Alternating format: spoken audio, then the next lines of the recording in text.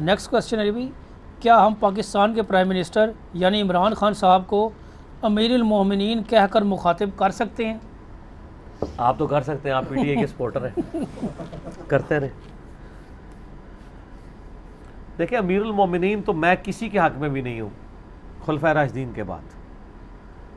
मैं खुलफाए राशिदीन के बाद अमीरुल मुस्लिमीन मानता हूँ, अमीरुल मोमिनीन नहीं। उसकी वजह यह है कि मोमिनीन तो सिर्फ सहाबा और अहले बैत हैं जिनके बारे में आप डेफिनेटली कह सकते हैं वो मोमिनीन है, बाकी तो सारे मुस्लिमीन है ना। वैसे शिया के हाँ वो अपने आप को मोमिन कहते हैं, वो भी इस्लाम नहीं कह रहे होते हैं। बाकी अगर आप उनसे डिस्कशन करें कि आप किसी को मोमिन, वो कहेंगे नहीं जी मोमिन तो दिल की कैफियत है, मुस्लिम है। इनको तो छोड़ दें, जो सूरह हुजरात में आया क़ालतिल आराबु आमन्ना, नबी ये कहते हैं पेंडू बादिया नशीन लोग हम ईमान लाए। फरमाओ तुम ईमान नहीं लाए हो, इस्लाम लेकर आए हो, ईमान तो अभी तुम्हारे दिलों में उतरा नहीं है। उस ज़माने की बात हो रही है। तो आज भी हम सिर्फ किसी को मुस्लिम कह सकते हैं, मुमिन कैसे कहेंगे? और खुदा ना खास्ता वो दूसरे फिरके का हुआ फिर तो आपको मुस्लिम कहते हुए दिल पे हाथ पड़ेगा। मोमिन तो बहुत बड़ी चीज़ है ना ये इख्तिलाफ। अमीरुल मोमिनीन ना कहें, अमीरुल मुस्लिमीन कहें। और अमीरुल मुस्लिमीन भी अगर आप हमारे प्राइम मिनिस्टर को कहेंगे तो ज़ाहिर है वो अमीरुल मुस्लिमीन फिल पाकिस्तान कह सकते हैं उनको, पाकिस्तान के अंदर। पारे ऑल ओवर द वर्ल्ड तो वो कोई नहीं है ना, वो तो फिर वो तैयब अर्दगान है, वो तरक्की के अंदर है। और सिर्फ अमीर पाकिस्तान कह लें, जिस तरह हम अमीर शाम कहते हैं, तो आप अमीर पाकिस्तान कह लें। अमीरुल मुस्लिमीन ना, अमीरुल मोमिनीन का मतलब है कि ऑल ओवर द वर्ल्ड मुसलमान एक के ऊपर एग्री हैं। सर आपके मुसलमान तो इमाम काबा को मानने के लिए तैयार नहीं है। आपके मुल्क में करोड़ों लोग हैं जो कहते हैं इमाम काबा के पीछे नमाज भी होती है, वो तो उसको अमीरुल मुस्लिमीन मानने के लिए तैयार नहीं है। चाहे जाए कि प्राइम मिनिस्टर को मानेंगे, फिर हमारे मुल्क में जो सियासी इख्तलाफात हैं।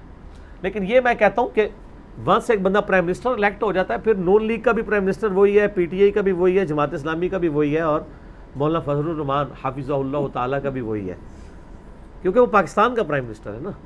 कंसेंसस जब डिसाइड हो गया, ठीक है। सहाबा कराम भी आप देखें आपस में मशवरा होता था तो बिल्कुल 180 डिग्री राय आती थी। जब फैसला हो जाता था फिर सारे वही बात करते थे। मैं इसमें आपको एक बड़ी प्यारी बात करूँ हाजी अब्दुल वहाब साहब की रहमहुल्लाह ताला,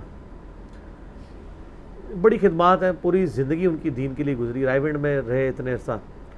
उनके बारे में एक भाई मुझे बताने लगे कि वो यानी अपने लोगों की तरबियत कर रहे थे, यानी जमात के लिए मशवरा उन्होंने किया कि जो तबलीगी जमात कहीं भेजनी थी उन्होंने, तो मशवरा हुआ कि ये जमात जो है वो पैदल जाएगी, ट्रेन पे जाएगी या बस पे जाएगी। ठीक है, रायविंड से आपको पता है पैदल जमातें भी निकलती, और उसका मकसद सिर्फ ये होता है जहाँ से गुजरे पता चले ये दीन के लिए जा रहे हैं। जिस तरह अभी भी आपको पता है कई क्रिश्चियंस हैं वो स्लीब उठा के 200-200 किलोमीटर का पैदल सफ़र करते हैं, और वो खुद एक तबलीग बन रही होती है ना फिजिकली। तो हाजी अब्दुल वहाब साहब रहमहुल्लाह के बारे में आता है कि वो एक दफ़ा मशवरा कर रहे थे कारगुजारी में, वो यानी वो डिस्कशन के दौरान तो मशवरा हुआ, कुछ लोगों ने मशवरा में कहा कि बस में सफ़र करते हैं, कुछ ने कहा कि अपनी गाड़ी करवा के जाएंगे, कुछ ने कहा नहीं हाजी साहब पैदल जमात, कुछ ने कहा नहीं सर ट्रेन ज़रा बेहतर है, कंफर्टेबल है। मशवरा मुकम्मल हो गया। अब अल्टीमेटली तो हाजी साहब ने डिसीजन करना था, अमीर ने, उन्होंने डिसीजन अल्टीमेटली कहा, उन्होंने कहा जी ट्रेन ज़्यादा सूटेबल है। सब ने कहा ठीक है। अच्छा, उसके बाद हाजी साहब ने फिर दोबारा पूछा, हाँ जी मशवरा दें कि डिसीजन तो हो गया ट्रेन का, लेकिन आपका मशवरा। तो सारे लोगों ने वही मशवरा दिया जो पहले दिया था। तो हाजी साहब ने कहा नहीं, अब आप सबको कहना चाहिए था ट्रेन पे सफ़र करें, क्योंकि ये तय हो चुका है। और ये कुरान में भी अल्फाज है कि नबी जब आप कोई चीज़ तय कर लेना फिर अल्लाह पे तवक्कुल करके उस पर चढ़ दौड़े, उस काम को कर गुजरे, फिर अल्लाह की ताईद आपके साथ होगी। जब तक मशवरा मांगा जा रहा हो डिसीजन से पहले आपकी राय हो सकती है, लेकिन राय के फौरन बाद जब डिसीजन हो जाए फिर बस वाले को भी चाहिए कि ट्रेन कहे, क्योंकि डिसीजन हो चुका है। इसीलिए मैं कह रहा हूं कि अब वंस प्राइम मिनिस्टर इलेक्ट हो चुका कोई, ठीक है, हमारी भी रिजर्वेशन है, जो कुछ हुआ, और वो आज नहीं हो रहा, पहले इलेक्शंस में भी होता रहा। तो ये आप इस तरह की ज़ुबान सेलेक्टेड और इस तरह के अल्फाज, मैंने इस इलेक्शन में इमरान खान को वोट नहीं डाली हुई है, लेकिन मैं फिर भी कहता हूँ कि आप गैर अखलाकी रविश ना इख्तियार करें। वंस एक बंदा आ गया, अब उसके हाथ मजबूत करें और एक पॉलिटिकल स्ट्रगल के साथ मामलात को लेके चलें। जो उनके अच्छे काम हैं उनमें उनका साथ दें।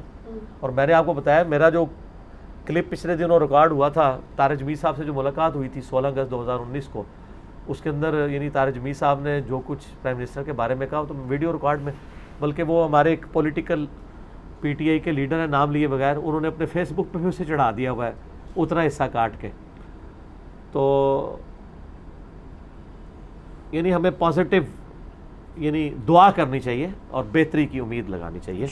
अब कुछ अरसे से आप देखें हमारे थोड़े फाइनेंशियल फिगर्स भी बेहतर आना शुरू हो गए हैं। इस साल की जो रिपोर्ट निकली है, अल्लाह करे कि बेहतरी हो। और ये खुदा के लिए आप मुल्क की बेहतरी और मुसलमानों की बेहतरी सोचा करें, ये ना सोचा करें कि ये बेहतरी मेरे ज़रिए से होनी चाहिए। यानी मुझे इससे कोई गर्ज नहीं होनी चाहिए कि ये जो मुल्क की तरक्की है ये किस बंदे की वजह से हो रही है, मुझे मुल्क की तरक्की देखनी चाहिए।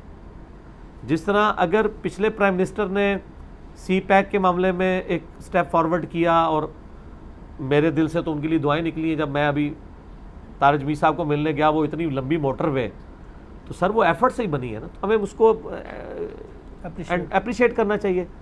इस तरीके से जुल्फ़िकार अली भुट्टो ने अगर पाकिस्तान के लिए उस वक्त स्टेप लिया और एटॉमिक का ये सारा सिलसिला शुरू किया, अप्रिशिएट करना चाहिए। तो जिसने जो जो एफर्ट पुट की है, और इमरान खान साहब ने अगर धड़ल्ले से गुस्ताखाना कार्टून्स और फिल्म के ऊपर इंटरनेशनल फोरम पे अगर मुसलमानों के लिए आवाज़ उठाई है, तो अप्रिशिएट करना चाहिए। ये नहीं कहना चाहिए कि जी चूँकि इसने उठाई है तो ये अगर खुदा को एक कहेगा तो मैं ज़िद में 2 कहना शुरू कर दूंगा, तो ऐसा नहीं होना चाहिए। ये उसी सूरत में होगा जब आप एक कौम होंगे। और माजरत के साथ हम इन 70 सालों में एक कौम नहीं बन सके। हमारे अंदर मजहबी डिवीजन्स हैं, लिसानी डिवीजन्स हैं, पॉलिटिकल डिवीजन्स हैं, और अब तो बहुत ज़्यादा हो चुकी है।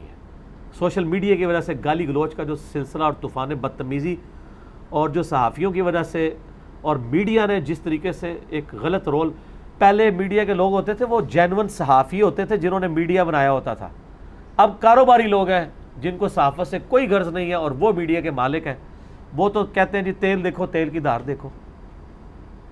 देखे ना कल मतलब परसों जो हुई, अमीर शहीदी साहब ने क्या कहा, उन्होंने कहा कई प्रोग्राम तो ऐसे, मैं यानी टीवी चैनल में पहुंचूं तो मुझे बताया गया जी ऊपर से आर्डर आया, ये प्रोग्राम नहीं होगा और मजहबी प्रोग्रामों को ज़रा कम करें।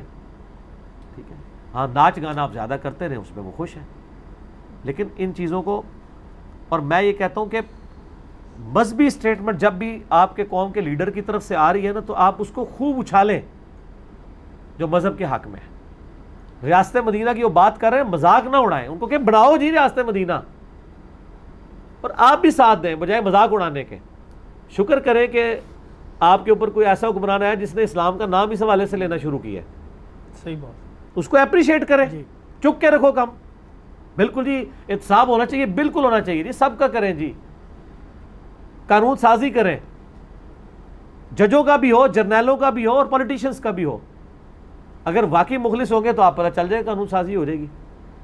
तो इस तरीके से ये ना, तो अमीरुल मोमिनीन वापस आए। अमीर का लफ्ज़ अमीरुल मुस्लिमीन फिल पाकिस्तान, पाकिस्तान में वो आप बोले, और कुरान में वो आयत भी है, या अय्युहल्लज़ीना आमनू अतीउल्लाह व अतीउर रसूल व उलिल अम्रि मिनकुम, इताअत करो अल्लाह और उसके रसूल की और हुक्मरान की भी। लेकिन फ़इन तनाज़अतुम फ़ी शैइन फ़रुद्दूहु इलल्लाहि व रसूल, अगर हुक्मरान से झगड़ा हो जाता है फिर फैसला अल्लाह उसके रसूल से करवाओ।